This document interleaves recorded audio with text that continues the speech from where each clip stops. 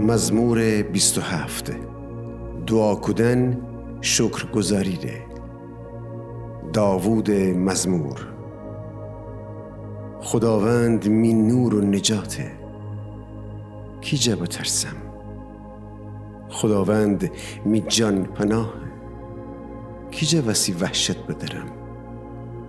وقتی شرور آدمان مرا هجوم آوریدی که می جان گوشت بخورید، می دشمنان و بدخایان او شنیدی که لغزش خوریدی و کفیدی. اگر ایتا لشکر ایتا جا جمع به که می امره بجنگه، می دیل ترس دن کفه. اگر می زد جنگ بپا بکنید، او جنگ درون می دیل غرسه.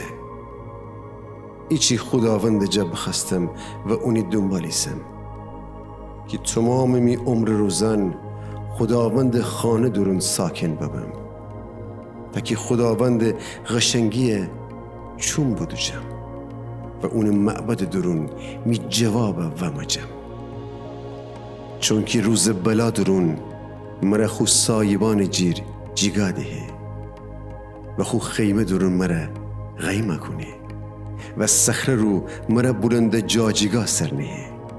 او وقت می دشمنان ورجه که مرا دور کندی سر بلند بم و ایچگره و شادی امره خداوند خیمه درون قربانی فدم و اونی ره سرود خنم و ستایش کنم.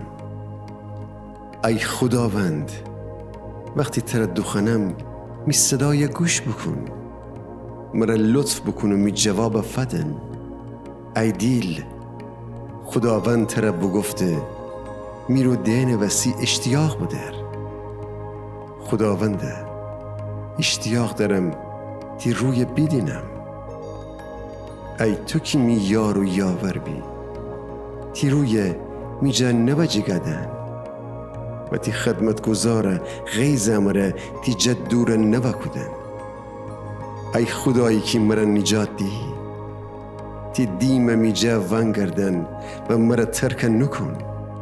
اگر چی می پیر و مار مرا ترک کنید، خدا مرا قبول کنه. ای خداوند، تی راب و روش مرا یاد بدن. می دشمنان وسی مرا صاف جا درون هدایت بکن.